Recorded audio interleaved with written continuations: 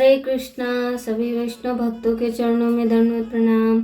मैं राधिका प्राण वल्लभ देवी दासी आपका स्वागत करती हूँ और आप लोग बहुत अच्छे होंगे क्योंकि आप लोगों पर भगवान कृष्ण की असीम कृपा है, गुरुदेव की असीम कृपा है। और हमारा जो अभी चल रहा है, जो सीरीज चल रही है रामायण की, वाल्मीकि रामायण की बाल कांड से हमने सुना कि राम के मतलब राम को विश्वामित्र लेने आते हैं तो राजा दशरथ पहले भयभीत हो जाते, देते नहीं हैं। फिर गुरु के समझाने पर वो उनको सुपुर्द कर देते हैं। वो डरते हैं कि राम तो अभी बच्चे हैं, लेकिन उनको पता नहीं होता कि राम तो भगवान हैं। तो अब विश्वामित्र उनको लेकर आ गए हैं। तो अभी वो वहाँ पे वन देखते हैं। भगवान राम एक जंगल देखते हैं और कहते हैं कि ये क्या है। तो वो विश्वामित्र जी बताते हैं, गंगा तट पर पहुंचकर राम ने एक घना निर्जन वन देखते हैं। अब शुरू करते हैं। नमः ओम विष्णुपादाय कृष्ण प्रेष्ठाय भूतले श्रीमान कृतुदास अधिकारी इति नामिने। नमः ओम विष्णुपादाय कृष्ण प्रेष्ठाय भूतले श्रीमते भक्ति वेदांत स्वामिने इति नामिने। नमस्ते सरस्वती देवे गौरवाणी प्रचारिणे निर्विशेष शून्यवादी पश्चात देश तारिणे। नमो महावदन्याय कृष्ण प्रेम प्रदायते कृष्णाय कृष्ण चैतन्य नामिने गौरतुसे नमः। जय श्री कृष्ण चैतन्य प्रभु नित्यानंदन श्री अद्वैत गदाधर श्रीवासादि गौर भक्त वृंद। हरे कृष्ण कृष्ण कृष्ण हरे हरे, हरे राम राम राम हरे हरे। जगत गुरु श्रील प्रभुपाद की जय, कोटि वैष्णव भक्त वृंद की जय। हरे कृष्ण। श्री वाल्मीकि रामायण की जय, भगवान श्री कृष्ण की जय। भगवान आपकी वाणी, आपकी लीलाओं के बारे में बोलने जा रहे हैं। मेरे से बहुत सारी त्रुटि होंगी तो क्षमा कीजिएगा। हरे कृष्णा। विश्वामित्र ने बताया, जब इंद्र ने वृत्तासुर नामक दुष्ट राक्षस की हत्या की तब उस पापमय प्रतिक्रिया के फलस्वरूप वे अपना तेज खो बैठे। इंद्र को उनकी सामान्य अवस्था में लाने हेतु देवताओं ने वेद मंत्रों की शक्ति से युक्त गंगा जल से उन्हें स्नान करवाया। स्नान करवाने के पश्चात उस अशुद्ध जल को देवताओं ने इस स्थान पर गिरा दिया। क्योंकि इस धरती ने उनकी पापमय प्रक्रिया को स्वीकार किया था, अतः इंद्र ने यह वरदान दिया कि भविष्य में एक वैभवशाली देश होगा। इस प्रकार यहाँ मलद और करुष नामक दो राज्य की स्थापना हुई। तत्पश्चात ताटक नामक की एक दुष्ट राक्षसनी यहाँ आई और प्रजा को सताने लगी। वह राक्षसनी सुंद की पत्नी है और मारीच इसी का पुत्र है। जिसका वध करने के लिए मैं तुम्हें लेकर यहाँ पे आया हूँ। तो ये विश्वामित्र भगवान राम से बता रहे हैं, इसलिए मैं आपको यहाँ पे लेके आया हूँ। यहाँ के निवासियों को ताटक ने इतना उत्पीड़ित किया कि शनै शनै यहाँ स्थान निर्जन हो गया। मेरे प्रिय राम, तुम आज इस राक्षसनी का वध करके इस देश को उत्पीड़न से मुक्ति दिलाओ। जब तक यह राक्षसनी जीवित रहेगी, कोई भी इस वन में जाने का साहस नहीं कर सकता है। भगवान राम ने पूछा, हे ऋषि, यदि उचित हो तो कृपया हमें समझाएं कि यह राक्षसनी इतनी शक्तिशाली कैसे बनी। तो भगवान राम ने पूछा कि हे ऋषि, यदि उचित हो तो कृपया हमें ये बताएं कि ये राक्षसनी इतनी शक्तिशाली कैसे बनी। तो राम पूछ रहे हैं विश्वामित्र से विश्वामित्र ने बताया, एक बार सुकेतु नामक एक शक्तिशाली यक्ष ने अपने कठोर तपस्या के फलस्वरूप भगवान ब्रह्मा को प्रसन्न किया।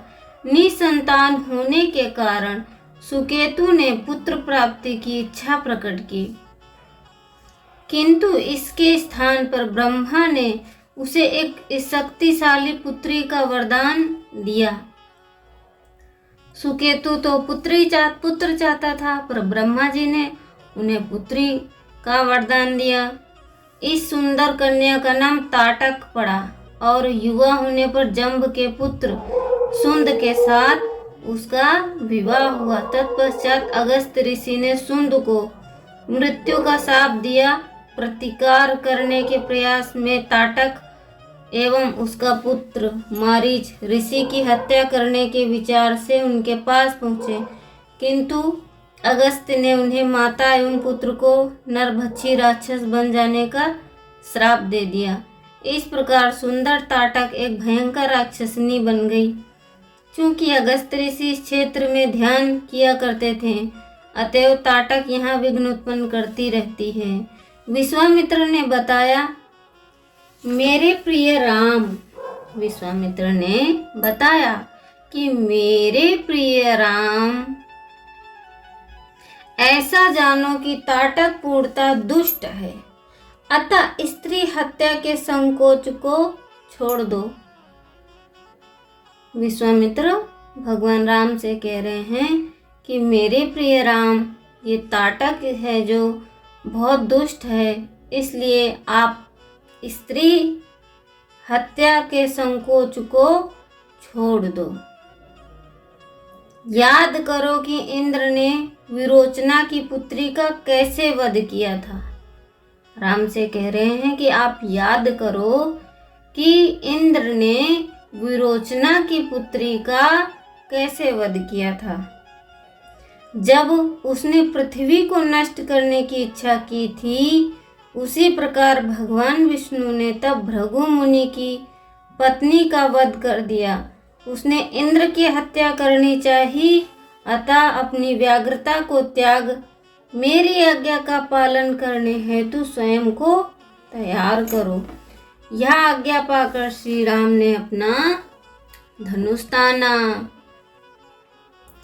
उसकी भयंकर ध्वनि से चारों दिशाएं प्रतिध्वनित हो उठी, जिसे सुनकर सभी जीव भयभीत हो गए।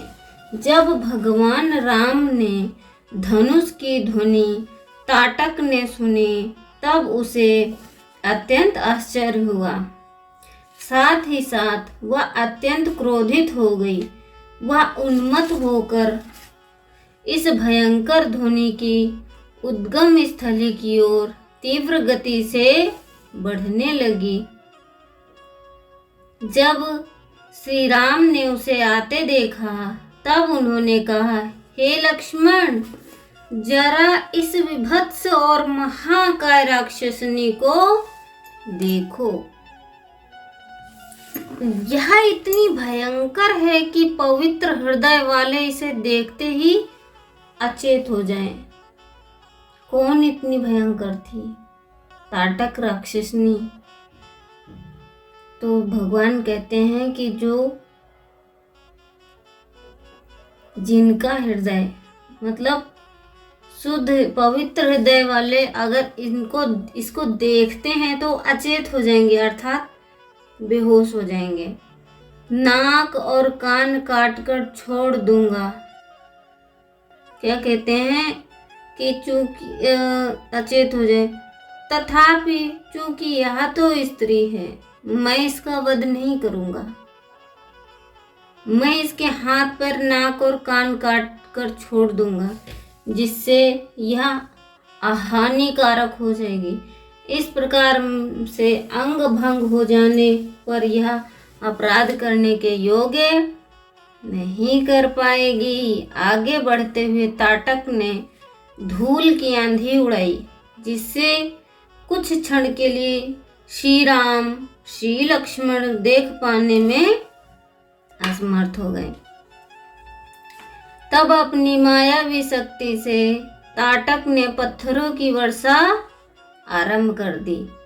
अपनी पूर्व स्थिति में आकर श्री राम ने सारे पत्थरों को नष्ट करके ही ताटक की भुजाएं काट दी। उसी समय लक्ष्मण ने उनके कान तथा राम के आदेश पर उनकी नाक का अग्रभाग भी काट दिया, किंतु अपनी मायावी शक्ति का उपयोग कर वह अदृश्य हो गई। अदृश्य अवस्था में ही उसने पुनः पत्थरों की वर्षा आरंभ कर दी। अदृश्य थी मतलब गायब हो गई थी, फिर भी वो पत्थरों की वर्षा कर रही थी। विश्वामित्र ने आधीरता पूर्वक याचना की। विश्वामित्र ने आधीरता पूर्वक याचना की, हे राम, संधि प्रकाश की बेला आने ही वाली है और इस काल में राक्षसों का पराक्रम अत्यधिक हो जाता है। जब संध्या का समय होता है तो उस समय राक्षसों का बल बहुत अधिक प्रबल हो जाता है। तो विश्वामित्र राम जी को समझा रहे हैं कि हे राम, संधि प्रकाश की बेला आने ही वाली है और इस काल में राक्षसों का पराक्रम अत्यधिक हो जाता है। अतः अपनी यह दयालु प्रवृत्ति त्याग कर ताटक का वध कर दो। भगवान तो दयालु थे और वो स्त्री का वध नहीं कर सकते थे, लेकिन यहाँ पर विश्वामित्र कह रहे हैं कि आप अपनी दयालु प्रवृत्ति को त्याग कर इसका वध करो, क्योंकि संध्या वेला हो रही है और इस समय राक्षसों की शक्तियां अत्यधिक प्रबल होती हैं। राक्षसों की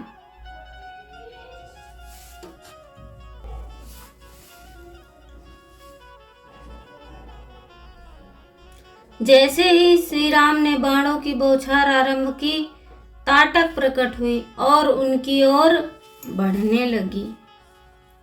अविचलित श्री राम ने विशेष रूप से शक्तिशाली एक स्वर्ण बाण अपने तरकस से निकाला एवं उस राक्षसनी पर वार किया। तथापि ताटक इंद्र ने व्रज की गति से आगे बढ़ी, किंतु श्री राम के एक ही उग्र बाण ने ताटक की छाती भेद दी, जिसके फलस्वरूप वह भयंकर ध्वनि के साथ भूमि पर गिर गई।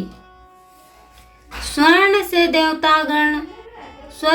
देवतागण स्तुति और पुष्पवृष्टि करने लगे। गंधर्व और अप्सराएं गीत गाने लगे तथा आनंद विभोर होकर नृत्य करने लगे और ऋषियों ने भगवान राम के पराक्रम की सराहना की।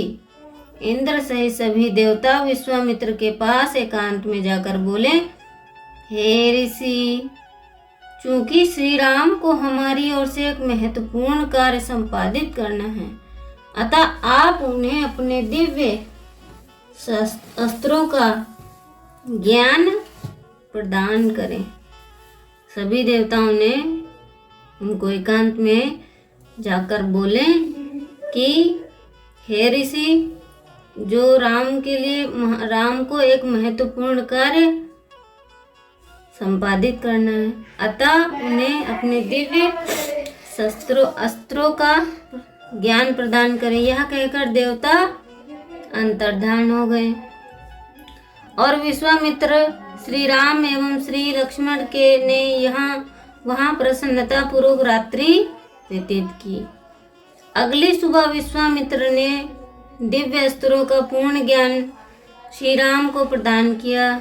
जब श्री राम ने दिव्य अस्त्रों का मंत्र प्राप्त किया, तब मानव रूप में अस्त्र उनके समक्ष प्रकट हुए। बोले, हे राम, कृपया आज्ञा दीजिए। तो अस्त्र हैं जो वो ना अस्त्र जो थे वो सभी अस्त्र मानव रूप में उनके समक्ष प्रकट हुए। जो अस्त्र थे वो मानव के रूप में प्रकट हुए और बोले, हे राम, आज्ञा दीजिए, हम आपकी क्या सेवा कर सकते हैं? श्री राम ने उत्तर दिया, मेरा निवेदन है कि मैं आपका चिंतन करूं, तब आप सभी मेरे समक्ष प्रकट हों। प्रभु श्री राम कह रहे हैं, प्रभु श्री राम कह रहे हैं अस्त्रों से, क्योंकि वो सभी मानव रूप में प्रकट हुए थे। जो अस्त्र थे वो सभी मानव के रूप में प्रकट हो गए। तो अस्त्र कहते हैं कि हे राम, आप हमें आज्ञा दीजिए।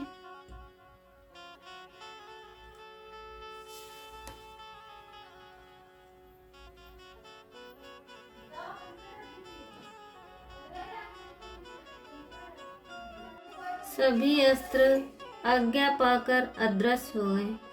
विश्वामित्र, श्री राम और लक्ष्मण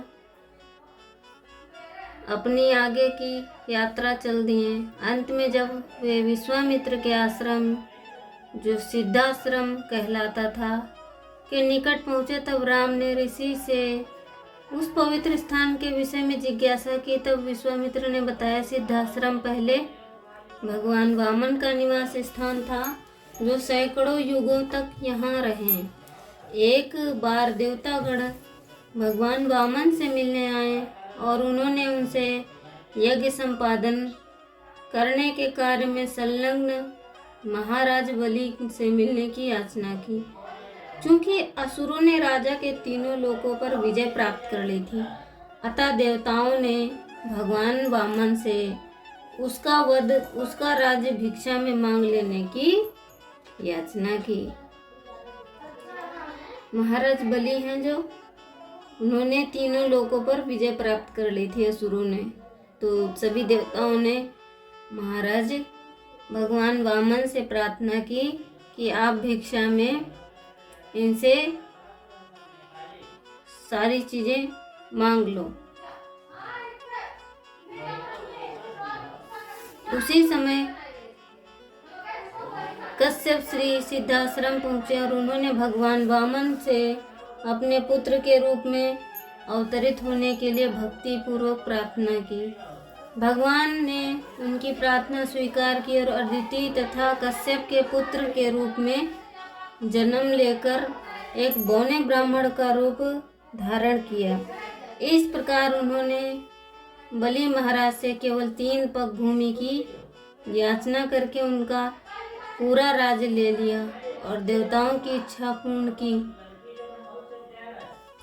आश्रम पहुंचकर विश्वामित्र शीघ्र ही अपने यज्ञ कार्य में लग गए तथा राम एवं लक्ष्मण हाथ में धनुष लिए मारीच और सुबाहु के आने की प्रतीक्षा करने लगे।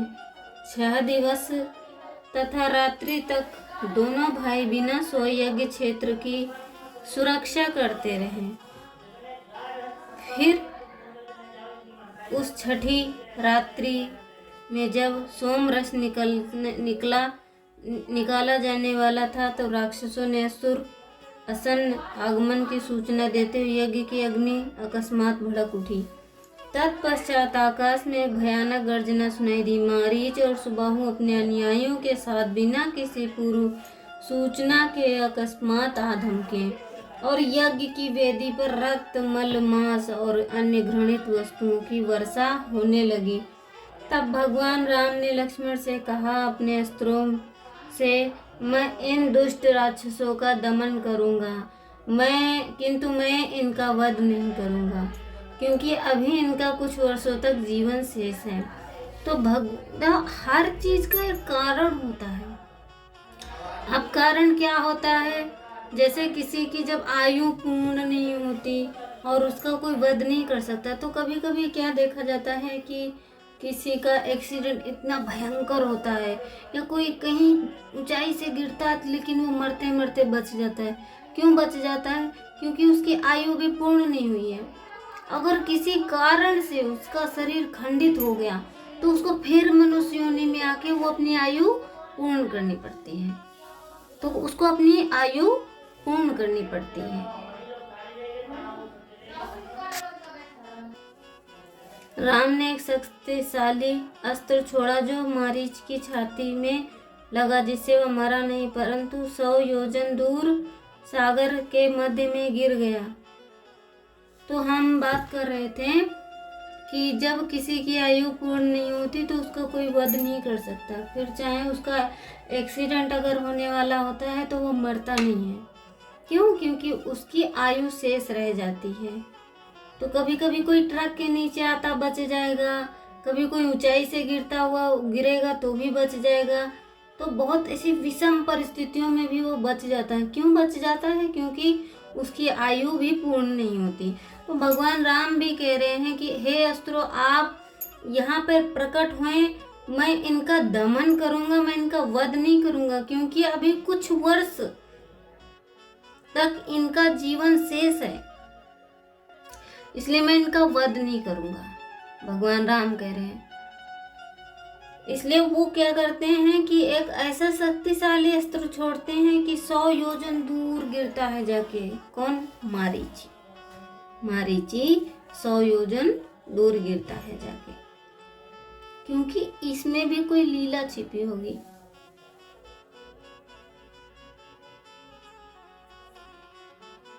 तीसरा अस्त्र छोड़कर राम ने अन्य राक्षसों को भगा दिया। तत्पश्चात क्षेत्र पुनः शांत हो गया।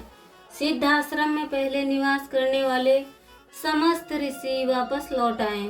उन्होंने इस आश्चर्यजनक कार्य को संपन्न करने के लिए भगवान राम की प्रशंसा की। उस दिन सायंकाल यज्ञ सफलतापूर्वक पूर्ण हुआ। रात्रि व्यतीत हो जाने पर राम ने ऋषियों के पास आकर पूछा, हे पूजनीय ब्राह्मणों, अब यह क्षेत्र राक्षसों द्वारा उत्पन्न उत्पात से मुक्त हो गया है। क्या मेरे योग्य कोई अन्य सेवा है? विश्वामित्र की आज्ञा से ऋषियों ने उत्तर दिया, हम राजा जनक द्वारा आयोजित एक महान यज्ञ में सम्मिलित होने के लिए मिथिला राज्य में जाने वाले हैं। हम आप दोनों भाइयों को हमारे साथ चलने की विनती करते हैं। यज्ञ क्षेत्र में एक आश्चर्यजनक धनुष रखा गया है, जो पूर्व काल में भगवान शिव द्वारा देवताओं को दिया गया था। तत्पश्चात देवताओं ने उसे मिथिला के भूतपूर्व राजा देवरात को प्रदान किया। यह दिव्य मनुष्य धनुष अतुलनीय रूप से शक्तिशाली है, यहाँ तक कि बड़े बड़े देवता भी उसे झुका नहीं सके। फिर मनुष्य का क्या कहना? यह धनुष दीर्घ काल से मिथिला में है और उसे वेदी पर पुष्पों, चंदन और लेप एवं अन्य पवित्र वस्तुओं से पूजा जाता है। राम ऋषियों के संग जाने के लिए तैयार हो गए। फिर एक विशाल दल ने प्रस्थान किया। साथ में महाराज जनक के यज्ञ हेतु आवश्यक सामग्रियों से भरे हुए 100 रथ भी थे।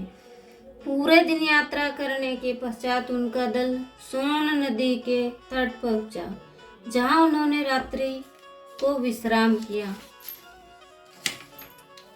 वहां विश्राम करते हुए राम ने विश्वामित्र से उस स्थान से संबंधित इतिहास के विषय में जिज्ञासा की। तब ऋषि ने राम को निम्नलिखित कथा सुनाई। एक समय कुशन नामक के एक महान ऋषि थे, जो भगवान ब्रह्मा के पुत्र थे। उसके चार क्षत्रिय पुत्र हुए जिन्होंने 4 नगरों की स्थापना की। उस नगरों में से एक सोन नदी के तट पर था। कुश के पुत्र कुशनाभ को अप्सरा धृतची से 100 पुत्रियां उत्पन्न हुई। यौनावस्था में ये बालिकाएं अति सुंदर हो गईं और वे उसी नदी के तट पर एक साथ खेला करती थीं। एक बार पवन देव वायु ने अपनी उन युवतियों को देखा और वे उनके सौंदर्य पर मोहित हो गए। उनके पास जाकर वायुदेव ने कहा, हे सुंदर युवतियों, यदि तुम सभी मेरी पत्नियां बन जाओगी तो मैं तुम्हारे इस क्षणभंगुर मानवीय सौंदर्य को चीर दिव्य यौवन में परिवर्तित कर दूंगा। युवतियों को वायु के प्रति कोई आकर्षण नहीं था, अपितु उन्हें यह प्रस्ताव अपमानजनक लगा। उन्होंने कहा, हम स्वयं अपने पतियों का चयन करने के विषय में कभी नहीं सोच सकती। हम अपने पिता के द्वारा चुने हुए वर्ग से ही विवाह करेंगी। एक महान राजर्षि की पुत्रियां होने के कारण हमारे पास तुम्हारे इस अशिष्ट व्यवहार के लिए तुम्हें शाप देने की शक्ति है, किंतु हम ऐसा नहीं करेंगे, क्योंकि हम अपनी तपस्या के फलस्वरूप संचित पुण्य का नाश नहीं करना चाहते। वायु तो जल्दी कुद्र हो जाते हैं। अति अपमानित हुए। प्रतिशोध लेने के लिए वे सूक्ष्म रूप से 100 कन्याओं के शरीर में प्रविष्ट हो गए और उन्होंने अपनी शक्ति से उनकी शारीरिक आकृतियों को विकृत कर दिया। जब वे कन्याएं विलाप करती हुई घर पहुंची, तब उनके पिता को यह देखकर बहुत दुख हुआ। वे सब कुबड़ी हो गईं। कुशनाभ द्वारा पूछे जाने पर कन्याओं ने पूरी घटना का वर्णन किया। महाराज कुशनाभ ने अपनी पुत्रियों द्वारा वायु को श्राप न देकर स्वयं पर नियंत्रण रखने पर उनकी सराहना की। तब वे उन कन्याओं के विवाह की चिंता करने लगे। कुछ समय पहले एक महान ब्रह्मचारी, जिनका नाम चुली था, अत्यंत कठिन तपस्या कर रहे थे। एक अविवाहित गंधर्व कन्या उसकी तुच्छ दासी बनकर सेवा करने लगी। अतः चुली ने उनकी निस्वार्थ सेवा से प्रसन्न होकर उसे वरदान दिया। उस कन्या ने ऋषि से आग्रह किया कि उसका कौमार्य भंग किए बिना उसे एक असाधारण पुत्र की प्राप्ति हो। चूली उसके प्रस्ताव से सहमत हो गए और इस प्रकार उनके मन से ब्रह्मदत्त नामक एक पुत्र प्रकट हुआ, जो श्रेष्ठ यौगिक पराक्रम वाला था। तत्पश्चात ब्रह्मदत्त ने राजा की भांति शासन किया और उसे ही कुशनाभ ने अपनी पुत्रियों के यौगिक के वर में रूप में चयन करने का निश्चय किया। इस प्रकार कुशनाभ के महल में आमंत्रित किए जाने पर ब्रह्मदत्त ने उन 100 कन्याओं को पत्नियों के रूप में स्वीकार किया। विवाह उत्सव में उनमें से प्रत्येक का हाथ स्पर्श करते एक एक करके सभी कन्याओं की विकृतियां समाप्त हो गईं। उनमें से प्रत्येक पुनः सुंदर बन गई। विश्वामित्र ने अपनी कथा समाप्त करने से पहले बताया, कुशनाभ को कोई पुत्र नहीं था, अतः पुत्र प्राप्ति के लिए उन्होंने यज्ञ करवाया। फलतः कुशनाभ को आगे चलकर एक पुत्र प्राप्त हुआ, जिसका नाम गाधी था, और मैं उन्हीं राजा गाधी का पुत्र हूँ। अगले दिन प्रातःकाल उनका दल आगे की यात्रा पर चल पड़ा और सायंकाल तक वे गंगा के तट पर पहुंच गए। रात्रि उन्होंने वहीं व्यतीत की। जब राम ने विश्वामित्र से गंगा नदी के इतिहास के विषय में जिज्ञासा की, तब विश्वामित्र ने कहा, हिमालय के देवता हिमवान को मेरु पर्वत की पुत्री मेना से गंगा और उमा नामक 2 पुत्रियां उत्पन्न हुई। हिमालय के देवता हिमवान को मेरु पर्वत की पुत्री मैना से गंगा और उमा नामक 2 पुत्रियां उत्पन्न हुई।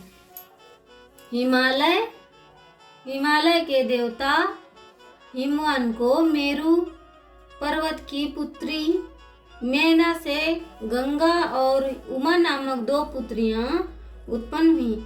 एक बार ब्रह्मा ने हिमवान से निवेदन किया कि वे भविष्य में ब्रह्मांड के कल्याण के लिए गंगा को देवताओं को सौंप दें। हिमवान शीघ्र ही सहमत हो गए और उन्होंने अपनी पुत्री उमा को भगवान शिव को दे दिया। क्योंकि वह तपस्या करते समय सदैव भगवान शिव का ही ध्यान किया करती थी। उमा को लेकर भगवान शिव निर्विघ्न रूप से उनके संग वैवाहिक जीवन व्यतीत करने लगे। किंतु 100 दिव्य वर्षों के व्यतीत होने पर उन दोनों के संयोग से कोई संतान नहीं हुई। इस समय देवतागण भगवान शिव के पास गए और प्रार्थना करने लगे, हे भगवान, कृपया अपनी आप यौन क्रिया को बंद करने की चेष्टा करें, क्योंकि हमें भय है कि उत्पन्न संतान इतनी शक्तिशाली होगी कि ब्रह्मांड उसे सहन नहीं कर सकेगा। अपितु हमारा आपसे यह नम्र निवेदन है कि आप स्वयं को संयमित रखते हुए ध्यान और तप का अभ्यास करें। भगवान शिव ने कहा, मुझे आपका प्रस्ताव स्वीकार है, क्योंकि वस्तुतः मेरे हृदय का झुकाव आत्म साक्षात्कार की ओर ही है। किंतु चूंकि मेरा वीर पहले ही हृदय से उतर चुका है, इसे कहीं न कहीं तो रखना ही होगा। तब देवताओं ने परामर्श दिया, पृथ्वी बड़े से बड़ा भार भी सहन कर सकती है, उसे ही उसका बीज ग्रहण करने दिया जाए। तत्पश्चात भगवान शिव ने अपनी शक्तिशाली वीर पृथ्वी को सौंप दिया और वह पृथ्वी की पूरी सतह पर फैलकर पृथ्वी को आवृत करने लगा। यह देखकर देवता पृथ्वी के फट जाने की आशंका से भयभीत हो गए। अतः वे भगवान शिव के सर्वत्र फैले हुए वीर को नष्ट करने के लिए अग्निवायु से प्रार्थना करने लगे। देवताओं की प्रार्थना सुनकर अग्निवायु सहायता लेकर वीर को हटाने गए। जैसे ही अग्निदेव ने उसे स्पर्श किया, भगवान के वीर का कुछ भाग श्वेत पर्वत के रूप में परिवर्तित हो गया, कुछ अंश दीप श्वेत झाड़ियों में परिवर्तित हो गए। शेष वीर था यवन अग्नि द्वारा सुरक्षित कर लिया गया। देवता यह देखकर गर्वित थे कि पृथ्वी पर आने वाला संकट टल गया। कृतज्ञता पूर्वक वे भगवान शिव एवं उनकी पत्नी की आराधना करने गए, किंतु उमा देवताओं से असंतुष्ट थी, क्योंकि देवताओं ने तब विघ्न उत्पन्न किया जब इंद्रियां सुख में निमग्न थीं।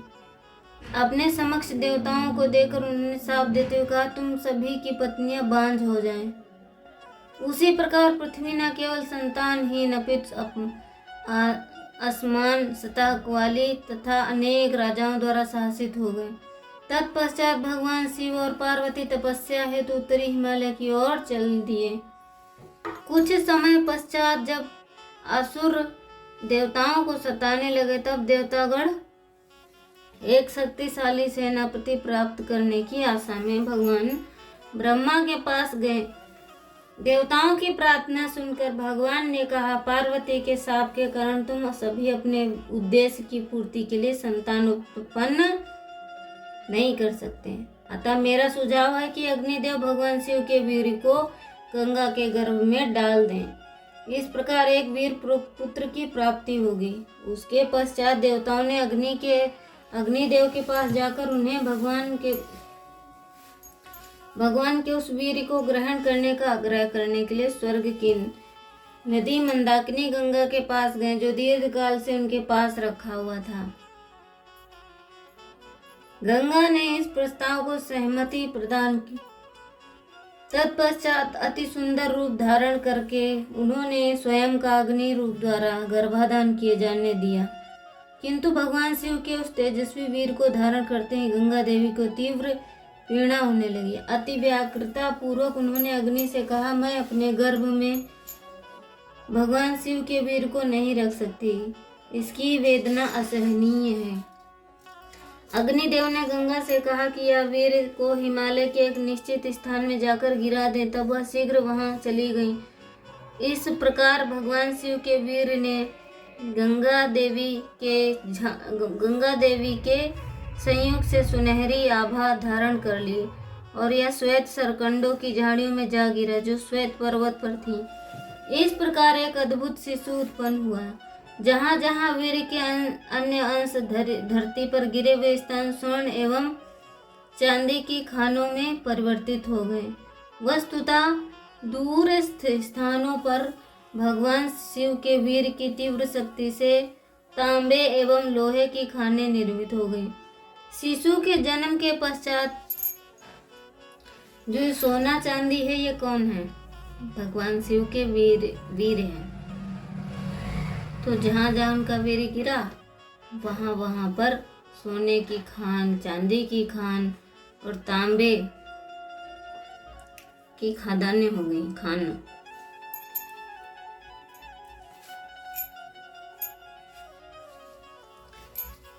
तीव्र शक्ति से तांबे एवं लोहे की खानें निर्मित हो गई।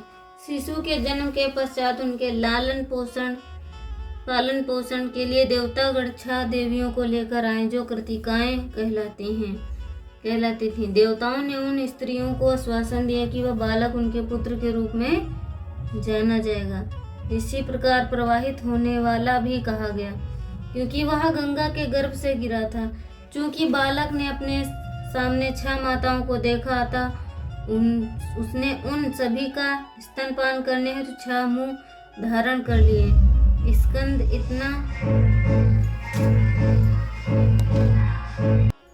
6 मुंह धारण किए, स्तनपान करने के लिए 6 मुंह। स्कंद इतना शक्तिशाली था कि वे एक दिन का था तब देवताओं के मुख्य सेनापति के रूप में उसने अनेक उग्र राक्षसों का वध कर दिया। तब विश्वामित्र ने राम को राजा सगर की कथा सुनाई, जिन्होंने बहुत समय पहले उनकी राजधानी अयोध्या नगरी से संपूर्ण विश्व पर शासन किया था। चूंकि महाराज सगर को कोई पुत्र नहीं था, अतः वे अपनी दोनों पत्नियों को लेकर हिमालय में तपस्या करने चले गए। कुछ समय पश्चात उन्हें भृगु ऋषि से वरदान मिला कि उन्हें एक पत्नी से एक पुत्र होगा जो वंश वृद्धि करेगा, एवं दूसरी पत्नी से 60,000 पुत्र होंगे। यह सुनकर दोनों रानियों ने भृगु मुनि से पूछा कि किसे एक पुत्र होगा और किसे 60,000 पुत्र होंगे। भृगु मुनि ने बताया कि यह निर्णय वे स्वयं कर लें। इस प्रकार केसिनी जो ज्येष्ठ रानी थी, वे इक्ष्वाकु वंश को बनाए रखने हेतु एक ही पुत्र करना चाहा। गरुण की बहन सुमति ने 60,000 पुत्रों को उत्पन्न करने का वरदान चुना। महाराज सगर घर लौट गए। समय आने पर केसिनी को पुत्र हुआ, जिसका नाम असमंजस पड़ा। समय आने पर भगवान राम को विश्वामित्र ने कथा सुनाई राजा सगर की। तो राजा सगर की 2 पत्नियां थीं। एक का नाम था सुमति, दूसरी का नाम था केसनी। तो इनके कोई संतान नहीं थी। तो राजा अपनी वंश वृद्धि को बढ़ाने के लिए उन्होंने भृगु मुनि से पूछा कि उन्हें पुत्र चाहिए उनके वंश को आगे बढ़ाने के लिए। तो भृगु मुनि ने कहा कि आपको एक रानी से एक पुत्र होगा और एक दूसरी रानी से 60,000 पुत्र होंगे। तो रानियों ने पूछा भृगु मुनि से कि किसको एक पुत्र होगा और किसको 60,000 पुत्र होंगे। तो भृगु मुनि ने कहा कि ये आप निश्चय करें कि किसको 60,000 पुत्र चाहिए और किसको एक पुत्र। तो केसिनी जो थी इक्ष्वाकु वंश को बनाए रखना चाहती थी, तो उन्होंने एक पुत्र ही उत्पन्न करना चाहा। जो गरुण की बहन सुमति थी, उन्होंने 60,000 पुत्र को उत्पन्न करने का वरदान चुना। महाराज सगर घर लौट आए। समय आने पर केसिनी को पुत्र हुआ, जिसका नाम असमंजस पड़ा।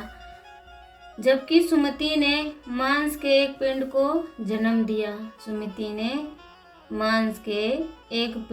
जन्म दिया, जो तरबूज के दृश्य था। शीघ्र ही उस पिंड के खोले जाने पर उसमें से 60,000 घूर्णीय पुत्र निकले। उन्हें तुरंत ही परिचारिकाओं ने घी के पात्रों में डाल दिया ताकि उनका पूर्ण विकास हो सके। तत्पश्चात जब वे 60,000 पुत्र बड़े होने लगे, तब उनका क्रूर बड़ा सौतेला भाई असमंजस उन्हें सरयू नदी में फेंक देता।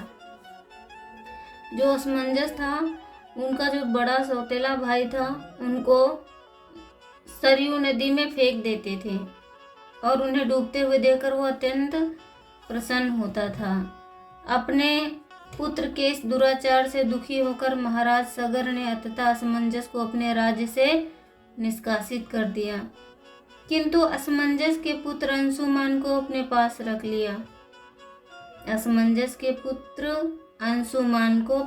रख लिया। जिससे उन्हें सभी स्नेह करते थे। कुछ समय के पश्चात महाराज सगर ने अश्वमेघ यज्ञ किया और पूरी पृथ्वी का चक्कर लगाने वाले यज्ञ के अश्व की सुरक्षा का भार अंशुमान को सौंप दिया। किंतु यज्ञ के समय राजा इंद्र राक्षस का वेश धारण करके आए और यज्ञ के क्षेत्र से घोड़ा चुरा ले गए। पुरोहित ने किसी भी कीमत पर महाराज सगर को घोड़ा वापस लाने का निवेदन किया। उन्होंने सावधान किया कि यदि अपूर्ण रह गया तो अमंगल होगा। तब महाराज सगर ने अपने 60,000 पुत्रों से प्रत्येक को 1 वर्ग योजन भूमि सौंपकर घोड़े को संपूर्ण पृथ्वी पर ढूंढ लाने के लिए कहा। उन्होंने आदेश दिया कि यदि घोड़ा कहीं भी ना मिले तो वे धरती के नीचे ढूंढें। इस तरह जब महाराज सगर और उनके पौत्र अंशुमान यज्ञशाला में प्रतीक्षा कर रहे थे तब वे 60,000 राजकुमार पूरी पृथ्वी पर घोड़े की खोज कर रहे थे। तब वे घोड़े को ढूंढने में असफल रहे। उन्होंने पृथ्वी को खोदना आरंभ किया। 60,000 लोग थे और उन्होंने पृथ्वी को खोदना आरंभ किया। इससे निम्नतर लोगों के प्राणियों जैसे नागों को कष्ट होने लगा। वस्तुतः पृथ्वी स्वयं अति विचलित हो उठी। यह देखकर देवताओं ने ब्रह्मा से स्थिति को संभालने की प्रार्थना की। भगवान ब्रह्मा ने देवताओं को यह कहकर शांत किया कि चूंकि पृथ्वी भगवान विष्णु की संगिनी है, अतः भगवान कपिल के रूप में सगर के सभी 60,000 पुत्रों को शीघ्र ही समाप्त कर देंगे।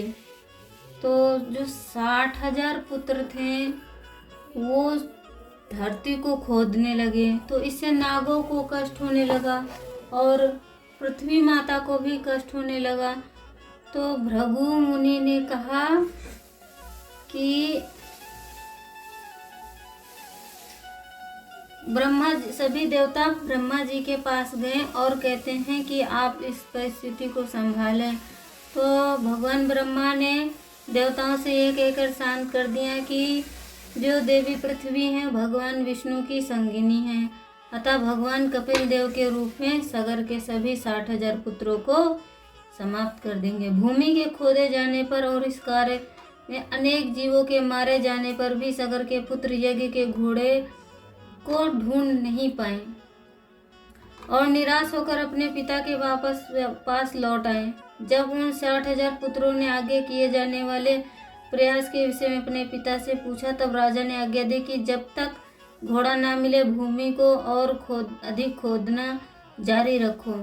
सगर के पुत्रों ने पुनः पृथ्वी के चारों भागों की सतह की खुदाई आरंभ की और उन्होंने चारों दिशाओं में पृथ्वी की रक्षा हेतु तैनात 4 महाकाय हाथियों को देखा जो 4 दिशाओं की रक्षा करते हैं, पृथ्वी को सहारा देते हैं। ये विशाल हाथी संपूर्ण पृथ्वी के भार को अपनी पीठ पर उठाए रखते हैं और जब वे शारीरिक थकावट मिटाने के लिए सिर हिलाते हैं तब भूकंप आता है। तो भूकंप क्यों आता है? जो भूकंप आता है, जो 4 हाथी पृथ्वी की सुरक्षा के लिए वहाँ पे रखे गए हैं, जब वह अपने सिर ऐसे ऐसे हिलाते हैं तब क्या होता है? भूकंप आता है। तो यहाँ पे सुंदर पॉइंट है कि भूकंप क्यों आता है।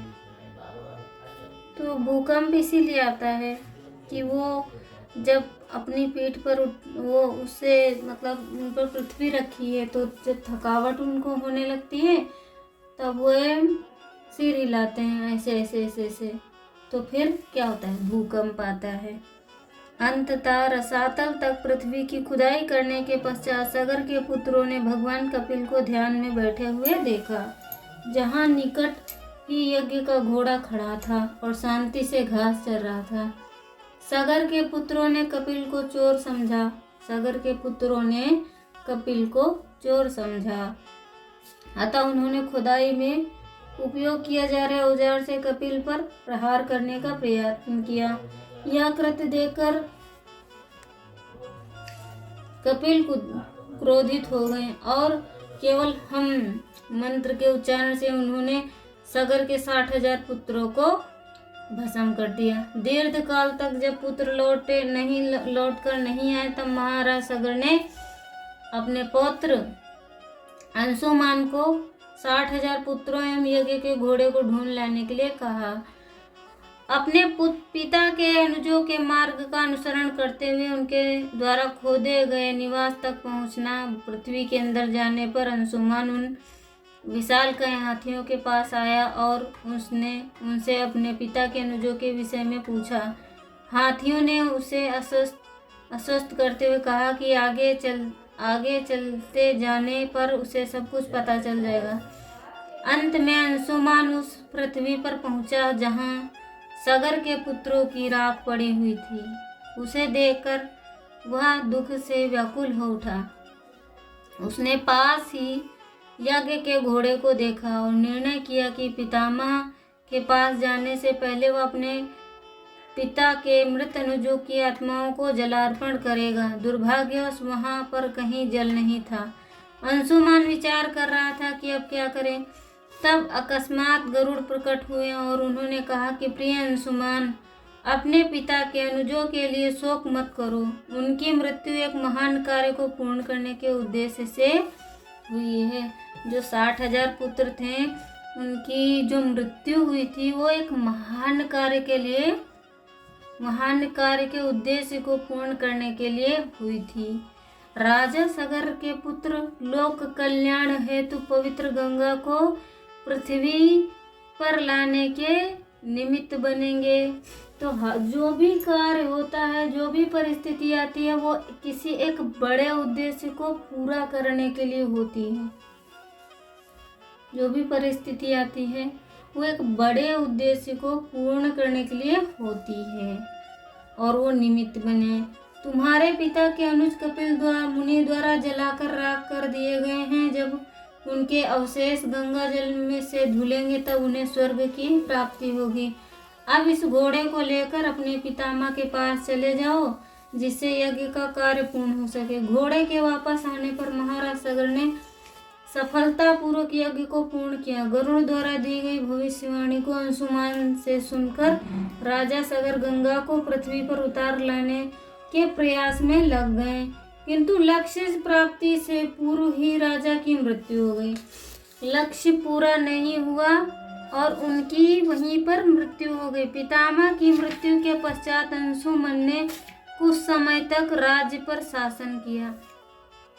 पितामह की मृत्यु के बाद में अंशुमान ने कुछ समय तक राज्य किया। तत्पश्चात सिंहासन अपने पुत्र जो उनके अंशुमान के पुत्र थे, क्या नाम था उनका, दिलीप को सौंपकर एवं स्वयं गंगा को पृथ्वी पर उतार लाने की आशा में तपस्या करने वे वन को चले गए। अपनी मृत्यु के पश्चात अंशुमन स्वर्ग में गए, किंतु गंगा को पृथ्वी पर उतार लाने की उनकी इच्छा अपूर्ण रह गई। अंशुमन की मृत्यु हो गई उनकी भी। दिलीप ने भी गंगा को पृथ्वी पर लाना चाहा, किंतु इच्छा पूर्ण होने से पूर्व उनकी भी मृत्यु हो गई। तो राजा सगर की पहले मृत्यु हुई। सगर की मृत्यु के बाद में अंशुमान, सगर की मृत्यु के बाद में अंशुमान की मृत्यु के बाद में उनका पुत्र दिलीप। अब दिलीप की भी मृत्यु हो गई। अब दिलीप, उनकी भी इच्छा पूर्ण रह गई। तब दिलीप के पुत्र कौन, भगीरथ राज्य के उत्तराधिकारी बने और उसी प्रकार से उन्हें भी गंगा को पृथ्वी पर अवरोहित करने हेतु तप करने की इच्छा हुई। चूंकि इनका कोई पुत्र नहीं था, अतः शासन मंत्रियों के हाथ में सौंपकर वे वन को चले गए। शायद उन्होंने विवाह ही नहीं किया था, पक्का नहीं पता, लेकिन उनके पुत्र नहीं हुआ। तो जो उनका शासन था वो शासन पूरा मंत्रियों के हाथ में सौंपकर चले गए, तप करने के लिए वन को चले गए। भगीरथ महाराज ने 1 सहस्त्र वर्ष तक तपस्या करने के पश्चात भगवान ब्रह्मा प्रसन्न हुए। राजा को वरदान प्रदान करने हेतु ब्रह्मा देवताओं सहित प्रकट हुए। महाराज भगीरथ ने भगवान ब्रह्मा को प्रणाम किया और प्रार्थना की, कृपया आप यह प्रबंध करें कि मेरे पूर्वज राजा सगर के पुत्रों को गंगा जल की प्राप्ति हो, साथ ही कृपा करके मुझे पुत्र प्राप्ति का वरदान दें। जो भगीरथ हैं,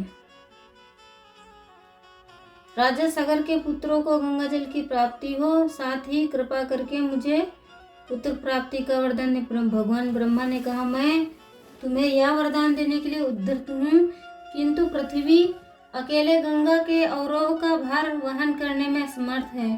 तुम भगवान शिव से यह प्रार्थना करो कि गिरते हुए जल के वेग को वे सहन करें, क्योंकि ऐसा कर पाने की शक्ति सिर्फ उन्हीं में है, भगवान शिव में है। जो गंगा का जल था पृथ्वी पर गिरता तो बहुत बहुत नुकसान होता। इसलिए उन्होंने कहा कि इस जल को अवरोहित करने के लिए आप शिव से प्रार्थना करें, क्योंकि उस जल को संभालने की शक्ति किसमें है? सिर्फ शिव जी में ही है। भगवान शिव को प्रसन्न करने का निर्णय लेकर महाराज भगीरथ कठिन तपस्या करने लगे। 1 वर्ष तक पैर की उंगली पर मूर्तिवत स्थिर खड़े रहें। तब भगवान शिव प्रसन्न होकर उनके समक्ष प्रकट हुए। जब महाराज भगीरथ ने अपनी अभिलाषा व्यक्त की, भगवान महादेव गंगा जल के प्रवाह के वेग को अपने सिर पर वहन करने हेतु सहमत हो गए। तत्पश्चात शीघ्र ही गंगा स्वर्गलोक से पृथ्वी पर अवरोहित होने लगी। दृश्यावलोकन हेतु सभी देवता एकत्रित हो गए, किंतु जब गंगा देवी ने देखा कि भगवान शिव उन्हें अपने शीश पर धारण कर हेतु तत्पर हैं, तब उन्हें लगा कि उनके स्पर्श से वे दूषित हो जाएंगी। इसी प्रकार गंगा देवी के घृणा के भाव को देखकर भगवान शंकर अपमानित हुए। प्रतिक्रिया स्वरूप उन्होंने क्रोध में गंगा को पकड़कर अपनी जटा में छिपा लिया। पृथ्वी पर गंगा के अवरोह में अवरोध उत्पन्न कर दिया। जब महाराज भगीरथ ने देखा कि गंगा इस तरह फंस गई, तब वे पुनः तपस्या करने लगे। अंततः भगवान शिव ने क्रोध त्याग कर गंगा देवी को हिमालय के बिंदु सरोवर में उतर जाने के लिए मुक्त कर दिया। उसके पश्चात गंगा 7 प्रवाहों में विभाजित हो गई, जिनमें से कुछ धाराओं से अन्य नदियां बनी और 7वीं ने महाराज भगीरथ का अनुसरण किया। जब वे राज रथ पर सवार होकर जाने लगे, तब गंगा विभिन्न भू भागों में बहती हुई जा रही थी। तब उन्होंने जनहू मुनि के यज्ञ क्षेत्र को जल प्लवित कर दिया। क्रोध से उत्तेजित ऋषि ने उन्हें नदी को निगल लिया, पूरी नदी को निगल लिया जनहू ऋषि। यह देखकर देवतागण चौंक गए। तब देवताओं ने जनहू ऋषि के पास जाकर गंगा देवी को मुक्त करने का आग्रह किया और यह वचन दिया कि गंगा देवी उनकी पुत्री के रूप में जानी जाएगी। ऋषि मान गए और आगे बढ़ चली। अंत में गंगा उस स्थान पहुंची जहां सगर के पुत्रों ने खुदाई की थी। उस गहरी कंदरा में जाते हुए गंगा रसातल में पहुंच गई और ऐसा करते हुए उन्होंने सगर के 60,000 पुत्रों के अवशेषों को जलमग्न करके उनके स्वर्ग जाने का मार्ग प्रशस्त किया। पुनः भगवान ब्रह्मा महाराज भगीरथ के समक्ष प्रकट हुए और बोले, हे राजन, तुम्हारा कार्य पूर्ण हुआ। आज से गंगा तुम्हारी पुत्री भगीरथी के नाम से विख्यात होगी। हरि बोल, हरि हरि हरि बोल। मतलब कि चार उनके जो पूर्वज थे, 4 पूर्वजों के बाद में गंगा जी पृथ्वी पर आई हैं। पहले सगर ने तप किया, सगर की मृत्यु हो गई।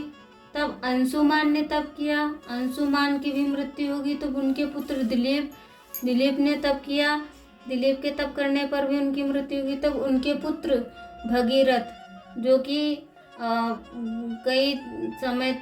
कुछ समय तक उन्होंने राज्य पर शासन किया और फिर वो भी अपना राज्य कार्य मंत्रियों के हाथ में सौंपकर तप करने चले गए। तप करने के बाद में उन्हीं के हाथ से देवी गंगा इस धरती पर अवतरित हुई। तो जब देवी गंगा अवतरित हुई तो उनकी पुत्री के नाम से जानी जाने लगी। तो अपने पूर्वजों की मुक्ति का मार्ग इस प्रकार प्रशस्त करा कर महाराज भगीरथ अपनी राजधानी लौटकर राज्य करने लगे। इस प्रकार विश्वामित्र द्वारा राम को गंगा और गंगा के पृथ्वी पर अवरोह की रोचक कथा सुनाते हुए पूरी रात व्यतीत हो गई। तो भगवान राम को और देवी गंगा के बारे में विश्वामित्र कथा सुना रहे थे, तो पूरी रात उसी में व्यतीत हो गई। सुबह होने पर राम ने गंगा पार करके प्रस्थान करने की इच्छा व्यक्त की। जब सुबह हुई तो राम ने गंगा पार करके प्रस्थान करने की इच्छा व्यक्त की। शीघ्र ही पूरा दल तैयार हो गया। गंगा के तट पर दूर तक यात्रा करने पर उनका दल विशाल नामक एक नगर तक पहुंचा। जब भगवान राम ने उस नगर पर शासन करने वाले राजाओं के वंश के विषय में विश्वामित्र से जिज्ञासा की, तब ऋषि ने उन्हें यह कथा सुनाई। ऋषि ने क्या कथा सुनाई? सुर और असुर स्वभाव से ही एक दूसरे के विरोधी होते हैं। एक बार भगवान का परामर्श मानकर देवताओं ने दैत्यों के साथ सागर मंथन द्वारा अमृत निकालने के उद्देश्य से अल्पकाल के लिए संधि की। यह संधि इस बात पर तय हुई कि मंथन द्वारा निकलने वाले अमृत को आपस में बराबर भाग में बांट लेंगे। इस प्रकार देवता और दैत्य अमृत प्राप्त करने की इच्छा से मंदर पर्वत की एक वासुकी सर्प सहित क्षीर सागर की ओर चल गए। पुरुषोत्तम भगवान की कुशल व्यवस्था ऐसी थी कि सागर मंथन के लिए सर्प का जहाँ दैत्यों ने पकड़ा था वह उसका मुख था, एवं जहाँ देवताओं ने पकड़ा था वह उसकी पूंछ थी। वासुकी अपनी सहस्त्रों आँखों एवं मुखों से धुआं एवं अग्नि मिश्रित श्वास छोड़ता, जिससे दैत्य गंभीर रूप से घायल हो गए। उनकी स्थिति दावाग्नि से जले हुए वृक्षों की भांति हो गई। सने सने वे शक्तिहीन हो गए। क्योंकि वासुकी के उग्र श्वास का कुप्रभाव देवताओं पर भी पड़ा, अतः उनका शरीर प्रभावहीन हो गया। उनके मुख, वस्त्र, माला और एवं हथियार धुएं से काले हो गए। किंतु भगवान की कृपा से उसी समय सागर के ऊपर बादल उमड़ पड़े और मूसलाधार वर्षा आरंभ हो गई। समुद्री लहरों से जल की बूंदों को ले जाने वाली प्रचंड वायु उनकी ओर प्रवाहित होने लगी, जिससे देवताओं को राहत मिली। पर्वत के अधिक भार के कारण दैत्य एवं देवताओं दोनों ही थक गए और कुछ तो प्राण त्यागने लगे। अतः मंदर पर्वत अत्यधिक भारी एवं आश्रयहीन होने के कारण सागर में डूब गया। इस प्रकार देवताओं और दैत्यों दोनों का पराक्रम नष्ट हो गया। तब पुरुषोत्तम भगवान विष्णु अपने वाहन गरुड़ की पीठ पर आरूढ़ होकर प्रकट हुए। भगवान काले बादल के सदृश लगते थे। वे पीताम्बर में सुसज्जित पुष्पों की माला धारण किए और कानों पर बिजली जैसे द्वैदीप्यमान कर्णाभूषण पहने हुए थे। उनके नेत्र गुलाबी थे एवं केश कंधे तक विस्तृत थे। उनकी कृपा से देवता एवं दैत्य दोनों पुनर्जीवित हो उठे। भगवान ने तब एक हाथ से पर्वत उठाकर उसे गरुड़ की पीठ पर रख दिया। वे पर्वत के ऊपर बैठ गए और तब गरुड़ उन्हें उस स्थान पर ले गए जहाँ मंथन होने वाला था। उन्होंने पर्वत को सागर के मध्य में स्थापित कर दिया। तब भगवान ने गरुड़ को ले जाने के लिए कहा, क्योंकि गरुड़ के वहां रहने पर वासुकी नहीं आ सकता था। कूर्मा अवतार से प्रकट होकर भगवान ने एक महाकाय कच्छप का रूप धारण कर लिया। वे सागर के तल में लेट गए और उन्होंने उस पर्वत को अपनी पीठ पर रख लिया। जब भगवान विष्णु ने सारे ब्रह्मांड में निर्भयता का संचार करने वाली शक्तिशाली एवं गौरवशाली भुजाओं का उपयोग किया, तब वासुकी को रस्सी के समान पकड़ लिया। फिर मंदर पर्वत को मंथन करने वाली मथनी के समान उपयोग करके मंथन करना आरंभ किया। इस कार्य में संलग्न भगवान सुंदर इंद्रनील नामक पर्वत के समान प्रतीत हो रहे थे। पर्वत आगे पीछे हिलने लगा। इससे आधी नींद में सोए कच्छप स्वरूप भगवान की पीठ में खरोंच लगने के कारण उन्हें खुजली होने लगी। तब भगवान विष्णु ने स्वयं एक विशालकाय रूप धारण कर एक हाथ में मंदर पर्वत के शिखर को स्थिर रखने के लिए सहारा दिया। जब मंथन प्रचंडता से होने लगा, तब मछलियां, विशाल समुद्री मछलियां, कच्छप, सर्प और सभी व्याकुल हो उठे। पूरे सागर में उपद्रव मच गया और विशाल जलचर प्राणी, व्हेल, जल में रहने वाले हाथी, कच्छप तथा तिमिगिल मछली, विशाल व्हेल मछली जो मोटी व्हेल मछलियों का भक्षण करती, आदि सभी सतह पर आ गए। इस प्रकार से वे सागर को मंथन किए जाने पर सर्वप्रथम हलाहल नामक एक घातक विष बड़े परिणाम में उत्पन्न हुआ। जब देवताओं ने देखा कि उनकी रक्षा करने वाला कोई नहीं, तब उन्होंने भगवान शिव के पास जाकर प्रार्थना की। भगवान शिव को आशुतोष कहा जाता है। भगवान शिव को आशुतोष कहा जाता है क्योंकि वे अपने भक्तों को शीघ्र ही अत्यंत प्रसन्न हो जाते हैं। अतः मंथन के फलस्वरूप उत्पन्न पूरा विष पीने के लिए वह सहमत हो गए। भगवान शिव की पत्नी दुर्गा अपने पति के इस निर्णय से तनिक भी विचलित नहीं हुई, क्योंकि उन्हें भगवान शिव की शक्ति ज्ञात थी। वस्तुतः वह उनके ऐसे निर्णय से प्रसन्न थी। भगवान शिव ने सर्वत्र फैले उस विष को एकत्रित किया और वे उसे अपने हाथ में लेकर पी गए, जिसके कारण उनका कंठ नील वर्ण का हो गया। किंतु उस विषय का थोड़ा सा अंश उनके हाथ से छूटकर भूमि पर गिर पड़ा और उसी विषय के फलस्वरूप धरती पर विषैले सर्प, बिच्छू, विषैले पौधे एवं अन्य विषैली वस्तुएं विद्यमान हो गई। तो जब वो वहां से सागर मंथन में विष निकलता है, तो उस विष को भगवान शिव ने विष पान किया और विष पान करते हुए जो थोड़ा सा उसमें से जो विष गिरता है ना, तो उसे विषैले सर्प, बिच्छू, विषैले पौधे, अन्य विषैली वनस्पतियां विद्यमान हो गई। उस सागर मंथन के समय 60 करोड़ अप्सराएं उत्पन्न हुई और चूंकि उन्हें देवताओं और दैत्यों में किसी ने स्वीकार नहीं किया, अतः वे वैश्याएं बन गई। उसके पश्चात जब सूरा की देवी वारुणी सागर से निकली, तब उन्हें दैत्यों ने नहीं अपितु देवताओं ने स्वीकार किया। अतएव अदिति के पुत्रों को सुर कहा गया, जबकि दीति के पुत्रों को असुर कहा गया।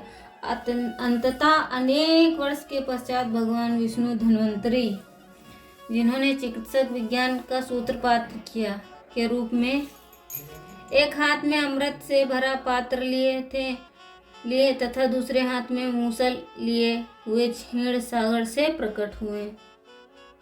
एक हाथ में उनके अमृत भरा पात्र था, दूसरे हाथ में मूसल लिए हुए क्षीर सागर से प्रकट हुए। देवताओं और दैत्यों के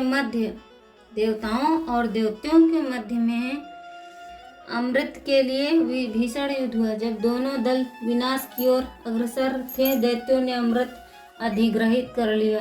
तब भगवान विष्णु ने मोहिनी मूर्ति रूप धारण किया। जब भगवान एक अत्यंत सुंदर युवती के रूप में दैत्यों के समक्ष प्रकट हुए, तब वे सभी मोहित हो गए, क्योंकि उस समय दैत्य अमृत के लिए आपस में ही संघर्ष कर रहे थे। अतः अपने संघर्ष को समाप्त करने हेतु उन्होंने एक सुंदर स्त्री को आमंत्रित किया। उनकी निर्बलता का लाभ उठाते हुए मोहिनी स्वरूप भगवान ने दैत्यों से यह प्रतिज्ञा करवाई कि जो वे भी निर्णय ले उसे मानने के लिए दैत्य सहमत हो गए। जब दैत्य ने यह वचन दिया, तब मोहिनी मूर्ति के समक्ष दैत्य एवं देवताओं को अलग अलग पंक्तियों में बैठाया गया ताकि उन्हें अमृत बांट सके। मोहिनी मूर्ति ने दैत्यों के पास जाकर उनसे अनुग्रह पूर्वक बात की। दैत्यों ने भी उनसे बात करके अपने को सौभाग्यशाली माना। दैत्य तो दैत्य होते हैं, उनको क्या पता। तो दैत्य के पास तो ऐसे भी बुद्धि कम ही होती है, वो सिर्फ युद्ध करने के लिए, लड़ने के लिए तत्पर रहते हैं। तो जब मोहिनी स्वरूप उनके पास जाकर अनुग्रह किया, तो दैत्यों ने उनसे बात करके अपना सौभाग्य माना।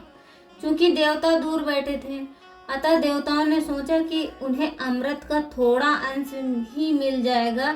अपितु दैत्यों ने यह निष्कर्ष निकाला कि मोहिनी उनसे इतनी अधिक प्रसन्न दिखाई पड़ती है कि वह सारा अमृत उन्हें ही दे देगी।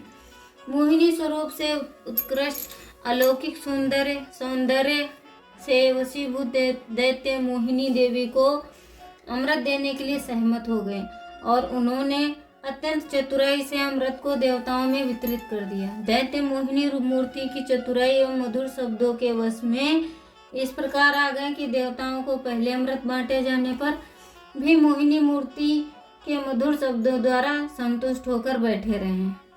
तो दैत्य जो थे वो सोचते थे कि अरे ये इस बहाने हमसे बात तो कर रही है, चुप रहो, पहले देवताओं को दे देगी ना तो फिर हमें देगी। तो वो उनसे बात करने के लालच में इतने प्रसन्न हुए कि वो हर बात पर वो तैयार हो गए, वो और उनके सौंदर्य पर वशीभूत हो गए और उन्होंने अत्यंत चतुराई से अमृत को देवताओं में वितरित कर दिया। दैत्य मोहिनी मूर्ति की चतुराई एवं सब मधुर शब्द के वश में इस प्रकार आ गए कि देवताओं को पहले अमृत बांटे जाने पर भी मोहिनी मूर्ति के शब्दों द्वारा वे संतुष्ट होकर बैठे रहे। भगवान ने दैत्यों से कहा, देवता अति कृपण हैं और पहले अमृत पाने के लिए अधीर उठे, अतः उन्हें ही पहले लेने दो, क्योंकि तुम सब उन जैसे नहीं हो। अतएव तुम तनिक भी धैर्य धारण करो, तुम सभी वीर हो, अतएव मुझसे प्रसन्न हो। अतः जब तक देवता अमृतपान ना कर लें तब तक प्रतीक्षा करना ही तुम्हारे लिए श्रेयस्कर है। तो जब ऐसी बात मोहिनी ने बोली तो मोहिनी मूर्ति भगवान से वो लोग संतुष्ट हो गए, उनकी बात मान गए। तो भगवान केवल देवताओं को ही अमृत देना चाहते थे, क्योंकि उन्हें ज्ञात था कि दैत्य अमृत पाने के योग्य नहीं है। जब दैत्यों ने देखा कि मोहिनी मूर्ति छल कर रही तब वे मौन रहे। तथापि राहु नामक का एक दुष्ट दैत्य देवताओं का वेश धारण करके उनकी पंक्ति में सूर्य एवं चंद्र के निकट जा बैठा। जब भगवान को राहु के छल का पता चला तब उन्होंने तुरंत सिर काट दिया, किंतु राहु पहले ही अमृत का स्वाद ले चुका था, अतः सिर काटे जाने पर भी वह जीवित था।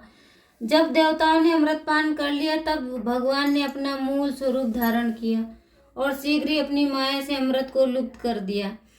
जब देवताओं ने इसका विरोध किया तब मोहिनी मूर्ति ने सरलता से उन्हें पराजित कर दिया। दैत्यों ने इसका जब विरोध किया तब सरलता से भगवान ने अपना मूल रूप धारण किया और अमृत लुप्त कर दिया। तो मोहिनी मूर्ति सरलता से उन्हें पराजित कर दिया और इस प्रकार इंद्र को तीनों लोक का निर्विरोध शासक बना दिया। अपने पुत्रों का पराजय देख दीति अत्यंत असंतुष्ट हुई और इंद्र से प्रतिशोध लेने के हेतु ऐसे पुत्र की प्राप्ति के उद्देश्य से तपस्या करने लगी जो इंद्र का वध करने में सक्षम हो। इंद्र ने यह जानकर कि दीति उनके विनाश के लिए एक सहस्त्र वर्ष की तपस्या कर रहे, दास बनकर ध्यान पूर्वक तथा लग्न से उनकी सेवा करने लगे। जब उसके संकल्प में केवल 10 वर्ष शेष थे तब इंद्र से प्रसन्न होकर दीति ने उसे आश्वस्त किया कि उसके पुत्र के पैदा होने पर वह उसे शांत कर देंगी। इंद्र निर्भय होकर तीनों लोकों पर शासन करेगा। तथापि इंद्र सचेत रहे। कुछ समय पश्चात दीति बहुत थक गई और असावधानी पूर्वक पैर के स्थान पर अपना सिर रखकर लेट गईं और ध्यान न देने के कारण अपने बालों को दूषित कर लिया। इस दोष का लाभ उठाकर इंद्र माया शक्ति से उनके गर्भ में प्रवेश कर गए और तब उन्होंने दीति के भ्रूण को 7 भागों में विभाजित कर दिया। जब भ्रूण कर्कश स्वर से में चिल्लाए तब उन्होंने प्रत्येक भाग को पुनः 7 भागों में विभाजित कर दिया। इस प्रकार कुल 49 भाग हो गए। दीति समझ गई कि क्या हो रहा है और उसने इंद्र से प्रार्थना की कि वे उसके शिशुओं की हत्या ना करे। यह ज्ञात होने पर इंद्र गर्भ से बाहर आकर अपनी सौतेली माँ से क्षमा प्रार्थना करने लगे। तब दीति ने उनसे निवेदन किया कि उनके 49 शिशु वायुदेव बन जाएं। इंद्र सहमत हो गए और उनकी एवं दीति की संधि हो गई। दीति के 49 शिशु वायुदेव बन गए जो मरुत के नाम से जाने जाते हैं। विश्वामित्र ने बताया कि यह विशाल नामक एक उस स्थान पर स्थित है जहाँ दीति ने पहले तपस्या की। तत्पश्चात इक्ष्वाकु के विशाल नामक पुत्र ने इस नगर का निर्माण किया। अभी उस वंश के वर्तमान राजा सुमति हैं। तब महाराज सुमति विश्वामित्र का स्वागत करने और उन्हें प्रणाम करने नगर से बाहर आए। उनके निमंत्रण पर संपूर्ण दल ने रात्रि को वहीं विश्राम किया। अगली सुबह दल ने वैदेह राज्य की ओर प्रस्थान किया। महाराज जनक की राजधानी मिथिला की सीमा पर पहुंचने पर भगवान राम ने एक निर्जन कुटिया देखी। जब उन्होंने विश्वामित्र के से इसके विषय में पूछा तब ऋषि ने बताया कि यह पहले गौतम ऋषि का आश्रम था, जो यहाँ अपनी पत्नी अहिल्या के साथ तपस्या करते थे। एक बार यह जानकर कि गौतम ऋषि आश्रम से बाहर गए, राजा इंद्र ऋषि जैसा वेश बनाकर आश्रम में। हरे कृष्णा। तो अब थोड़ी सी अपने अंदर ये रखें कि अब हम कल अहिल्या देवी का चरित्र चित्रण सुनेंगे, देवी अहिल्या का। तो इसके लिए आपको समय की प्रतीक्षा करनी पड़ेगी। हरे कृष्णा। वाञ्छाय कर्तृभ्यश्च कृपा सिंधु भयवचा पतितानां पावनेभ्यो वैष्णवेभ्यो नमो नमः। नमो महावदन। हरे कृष्णा। सभी से अनुरोध है कि हमारे से बहुत सारी त्रुटियां हुई तो उन्हें क्षमा करें, क्योंकि मैं अभी अच्छे से नहीं बोल सकती, लेकिन गुरु महाराज की कृपा से, प्रभुपाद जी की कृपा से जो भी कुछ बोल रही हूँ वो उन्हीं की कृपा है। मेरे में कुछ भी सामर्थ्य नहीं है, कुछ भी सामर्थ्य नहीं है। जो भी मैं बोलती हूँ ये गुरु महाराज की कृपा से ही मुझे वाणी मिली है, और मैं चाहती हूँ कि इस वाणी से मैं सिर्फ भक्ति का ही प्रचार करूँ। जब भी बोलूँ मैं भगवान के विषय में ही बोलूँ और प्रजल्पों से बची रहूँ। तो भगवान राम से प्रार्थना है, मंगल भवन या मंगलहारी द्रहु सो दशरथ अजर बिहारी दीन दयाल विरज संभारी हरहु नाथ मम संकट भारी। श्री राम जय राम जय जय राम, श्री राम जय राम जय जय राम। हरे कृष्णा कृष्णा कृष्णा हरे हरे, हरे राम राम राम हरे हरे। जगत गुरु श्रील प्रभुपाद की, जगत कोटि वैष्णव भक्त वृंद की जय।